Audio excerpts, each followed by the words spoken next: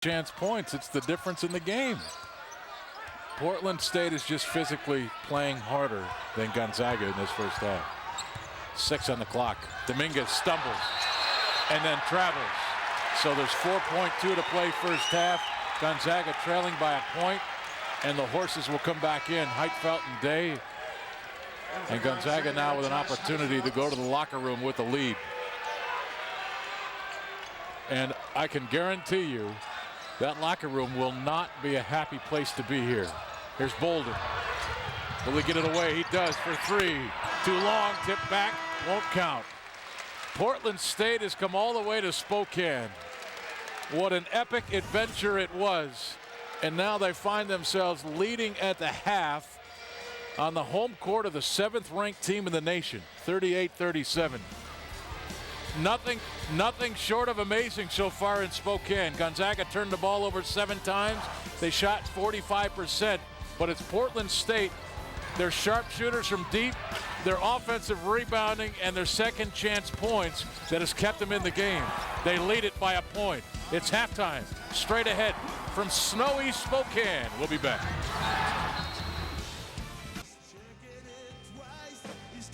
And one of the young Gonzaga fans here. That's a sweet lid. Elo, you need to get one of those. That is very Christmassy for the Zags today. Yeah. You're kind of like Santa Claus on our broadcast. You know, you're always happy, always up. I just got the rosy cheeks, right? All the time. I enjoy that about you. All right, well, we saw a lot in that first half. Portland State obviously looked like the better team. I think they just flat out came with more energy, Craig, which is kind of hard to understand having traveled the way they had to travel, but they just played harder. Well, you know, as a coach, you can say that to your team and say, hey, it's been hard getting here and that kind of stuff, but this is who I know you are. You're a good three-point shooting team, and that's what they showed in the first half. The three-point shooting was phenomenal and gave PSU the lead. Yeah, they were 6 of 17 from behind the arc. Gonzaga 3 of 9 rebounding. Again, Portland State with an edge there. Second half points or second chance points, they're dominating. That's been the key right there. 10 extra shots on Portland State's point, and those 10 extra shots have made them a 1-point lead at halftime. They lead at 38-37 over Gonzaga. We'll be right back with more. The second half is straight ahead.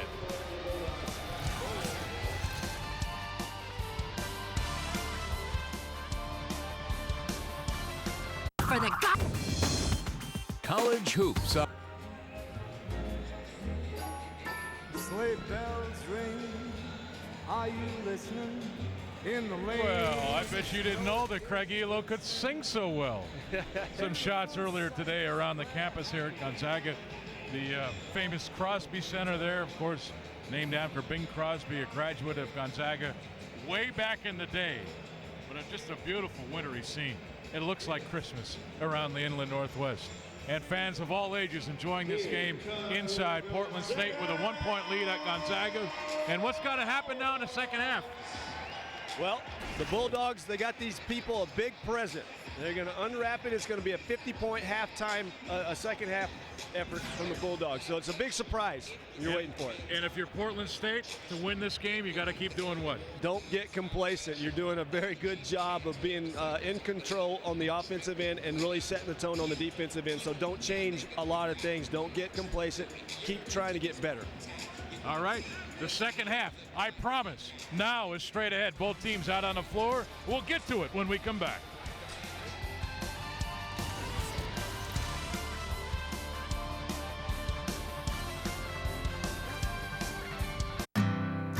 And welcome back to the McCarthy Athletic Center in Spokane, Washington. We're about to get the second half underway. Greg Heister and Craig Elo.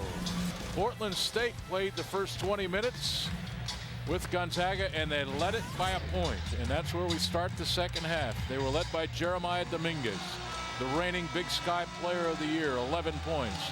Andre Murray, Phil Nelson, each with 8, and Julius Thomas with 6 points. Gonzaga, they were led by Matt Bolden with 11 points, Josh Heitfeld with 9, Gray with 6, and Austin Day with 5. But, of course, those are not the numbers that either coach are worried about at this point in time. I think Mark Few probably most concerned with the energy of his team. They did not play with enough energy in that first half. Yeah, really flat, flat as a pancake if you want to call it that, because it was just no energy. And again, they're used to having energy in this building with the students out. Also, they usually rely on that to help them, but they don't have that tonight, so they're going to have to find it within themselves. And for the first time, I believe all season, we see a new lineup change. No, we've got an offensive foul already on Austin Day. And that's our first turnover of the second half, 6 seconds in. And Stephen Gray gets the start here in the second half for Gonzaga. So Gonzaga ended that first half on a 13-5 run. They had an opportunity to build on that to open the second half, and right away the turnover bug hits. And so Dominguez now with it for Portland State. Well, then, and also instilling Stephen Gray into the lineup to start the second half. I mean, he was a spark plug in that UConn game. Maybe you're looking for him to add that tonight. And there's who he replaced in the second half starting lineup, Micah Downs. And now the foul called on Jeremy Pargo. So Pargo picks up his first. And Gonzaga with 2 early fouls, and now the turnover. Bolden with it for Gonzaga, right to the rim, and the lay-in. And Gonzaga now with a 1-point lead. Well, Jeremiah Dominguez, he's not going to foul. He's 5'6". Okay, he's not. He'll challenge you, and if he can't get to the spot in front of you, then he's going to give you the layup, and that's exactly what Matt Bolden read that time and took it all the way to the rim. Nelson into the corner. The jumper no good. Day with the rebound.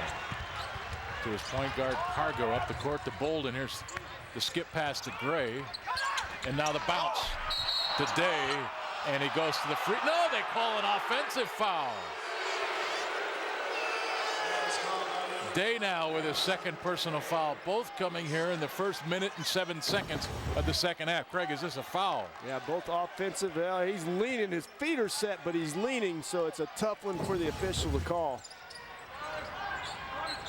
Obviously a tough one for you, too. You didn't say whether that was a foul or not. Well, I was going to say, I thought. And now foul called at the other end. I got to say with leaning that you can't lean into the guy when he's trying to avoid the contact, so I think it was definitely not a charge. Foul called on number 44, Jamie Jones. That's the first against Portland State this half. So we just got the Maybelline makeup call. Okay. All right, I'm just trying to keep you honest, you know? Yeah. I know you're a little under the weather. We got to get some Red Bull in you or something to keep you fired up. By the way, this is Gonzaga's first lead since they led 4-2. So it's been a long time for Gonzaga to be in this position. Austin Day driving. Double team is there. Portland State is a well-schooled defensive team. It's obvious. Heitfeld leaning in, tried to draw the foul, missed the shot. Murray with it for the Vikings. You know, Andre Murray, he's not a flashy player, but he's a stick your nose. And, I mean, he kind of sets the tone for the rest of them to play his style of basketball out there, and he does a really nice job. Portland State has not scored in their last 8 possessions, 4 turnovers and 0 for 4 shooting. So this is an important possession now to get off the snide. Well, and when you're a perimeter team, you know, it's hard. You usually want to manufacture points going to the rim, and drawing fouls, but they haven't shot a free throw all night, so they're not going to do that. You saw what they're going to do. They're going to take a perimeter shot. Yeah, Jones gets them going there, and Portland State with 2 more second chance points. Now 19 for the game.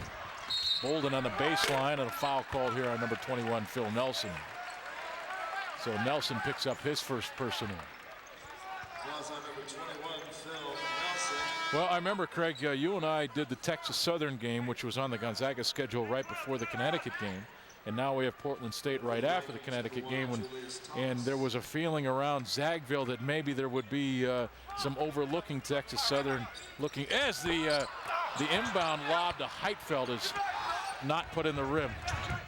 We'll get back to my point here in a moment as Murray goes the other way, and he's going to shoot the first free throws of the game for Portland State. But remember, there was talk around Zagville and whether or not Gonzaga would be looking beyond Texas Southern to Connecticut. And now we have to be looking, is there a hangover effect now after this loss to Connecticut, or even playing a game against Connecticut and now looking at Portland State?